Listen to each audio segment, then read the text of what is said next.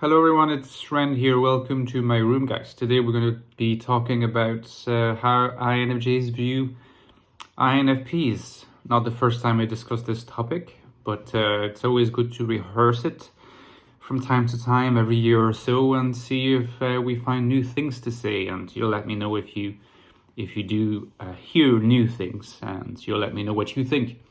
Before I move on, just to briefly mention that I have written a book on the INFJ type, the Ecstatic Soul. You can find this book at the links below if you want to check it out.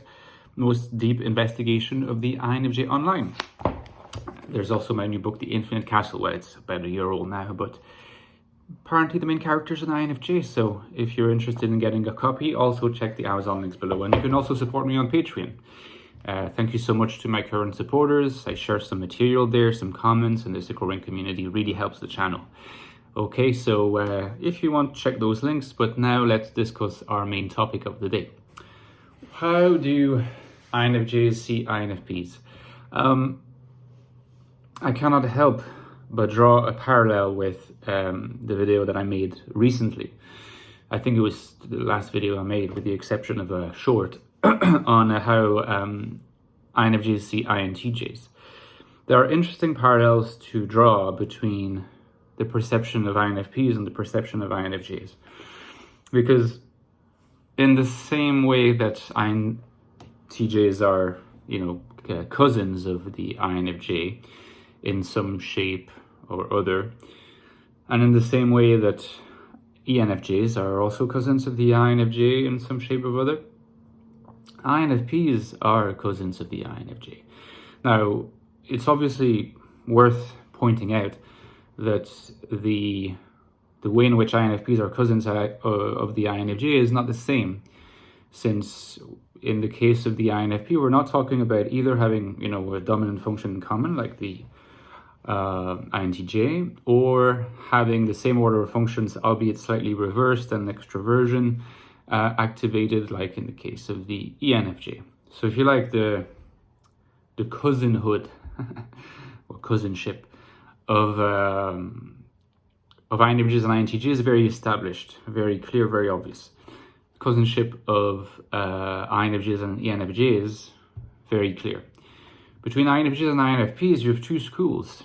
You have the school that says they're both INF types, therefore they're obviously cousins. And then there's other people who say, well, P or J makes all the difference in the world, because, if you're an NFP as opposed to an NFJ, then you're actually going to have no functions in common. And it's true. It's true. It's something that we must say from the get-go. INFPs and INFJs have no functions in common. So that's obviously going to be important and is going to relativize, the claim that INFPs and INFJs are cousins. They are cousins of a sort, but not in the sense of having any functions in common. However, for the purpose not of drilling down to the analysis of specific functions, but from the perspective of what you might call, quite simply, everyday experience, we're dealing with two types that are introverted, that are feeling types, and that are intuitive types. So it's true that one is P and one is J, so that is a big distinction. Nevertheless, we're still talking about types that have in common that they're introverted, feelers, and intuitives. And that's quite a bit. It's quite a bit. It's certainly enough for INFJs on an everyday basis to relate to INFPs enough to ask themselves, how do they perceive them? Whether these INFPs be friends or acquaintances or friends of friends or people that they come across in the course of everyday life, or sometimes people they meet online. But for our purposes, it's always better to think of people that you meet in real life. Because, online, people, especially as part of those communities, always come with a certain label attached to their person, which is the label of their type, and people are led to behaving a certain way because at a more or less conscious level, they're also advertising their type. So I'm basing my observations on everyday experience. I think that if you like, INFJs are conscious of the difference with INFPs. They're conscious of this distinction in the sense that INFJs are much more, I would say, structured in their visioning than INFPs are. And they can be frustrated by what they perceive sometimes to be a sort of anarchy of intuition and ideation on the part of the INFP, which is something that they observe also in ENFPs. INFJ is more tonally in their vision. INFP is, more arborescent. That's related to having extroverted intuition. However, at the same time, there is also a sense in which INFJs are, if you like, I wouldn't say that they're envious, but there's the possibility for an admiration of INFPs to blossom in the course of life. And you'll see why I mean in the course of life. Because the ideation of INFPs is fiercely independent anyway. It's almost as if the imagination, what the imagination produces, and how the ideation is conducted in the course of life, is kind of only subject to the INFP themselves. They're dealing with certain situations, having certain kinds of jobs, whatever it might be. But it always feels as if not just their decision making, but also just their internal world is the way it is, regardless of what's going on outside themselves. That's what I mean in terms of the autonomy of that state of feeling and ideation. And it's not the case for the INFJ.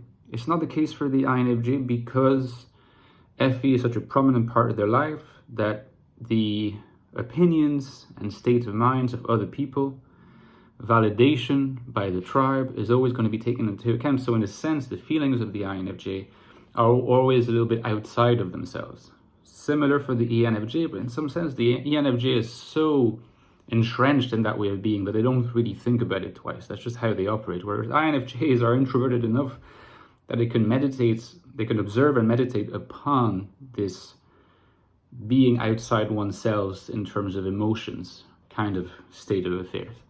And it can be, it can be difficult. It's one of the facets of alienation that I've discussed before, in this book. And this is where I just want to come back briefly to the distinction between INFPs and INFJs, because I think oftentimes slightly more immature INFJs, and I don't mean a value judgment by immature, but that maybe younger and a lesser stage of maturity and coming to grips with their type.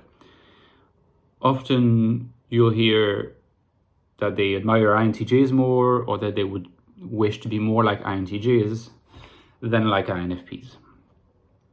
To some extent, comparing oneself in this way, regardless of whether it's with INFPs or INTJs, is a sign that there could be more maturity, evolving into self-acceptance that does not require comparing oneself to other types.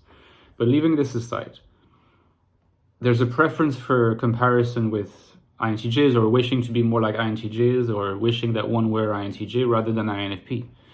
But the irony is that in making that kind of judgment, the relatively immature INFJs, we shall put it this way, is betraying their condition as an INFJ, their condition of the need to be validated by the tribe. Because they will say, and like I said in my previous videos about INTJs can pursue their projects regardless of what the tribe believes or thinks, and they're very effective. But the reason why the younger INFJs is envious of this is because they're thinking of the validation that the INTJ, through being so efficient for a lot of them, will achieve. So they're projecting their own INFJness onto the INTJ's profile that they have in their minds. By comparison, they tend to think the INFP is less likely to be, in a worldly sense, successful, and therefore they're less attracted. But as an INFJ matures, I think that they come to realize that questioning the one-sided tribe-orientedness of FE is one of the keys to transcending themselves and becoming more enlightened. And that is the INFP, who is ultimately, as an FI lead, one of the best signposts for. And so they often tend to increase in their appreciation for FI leads in general, including the INFP. But I want to know what you think in the comments, and if any of this made sense. Remember, you can support me on Patreon, and I will see you tomorrow, guys. Until then, take care.